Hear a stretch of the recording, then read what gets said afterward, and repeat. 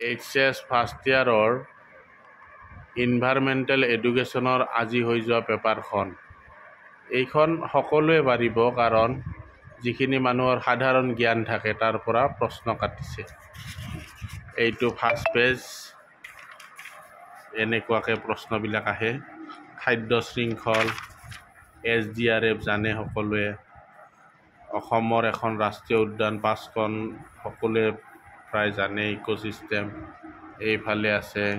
বিশ্ব পৰিৱেশ দিৱস আমি সকলোৱে পালোঁ। এনেকুৱাকৈ বায়ুমণ্ডলত দেশত অজন স্তৰ পোৱা যায়। অমুক ডায়েৰিয়াত কিহৰ কাৰণে হয়, লকটাক হ্ৰদ মণিপুৰত আছে। এনেকুৱাকৈ প্ৰশ্নখন প্ৰত্যেক বছৰে আহি থাকিব। এইখিনি অন্ততঃ চাই গ'লে হয়।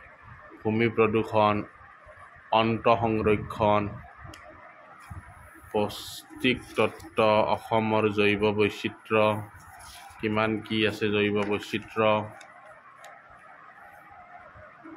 উপভোক্তা বিয়োজক, খাদ্য শৃংখল, খাদ্যজাল, প্ৰদূষক, বায়ুমণ্ডল আৰু জীৱমণ্ডল, ছিট বেল্ট আৰু হেলমেট, আমি হেমলেট বুলি কওঁ, হেলমেট।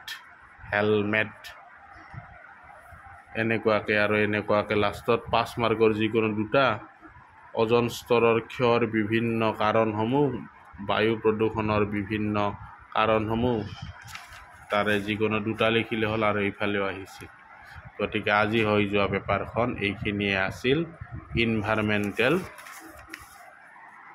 এডুকেশ্যন, পৰিৱেশ শিক্ষা।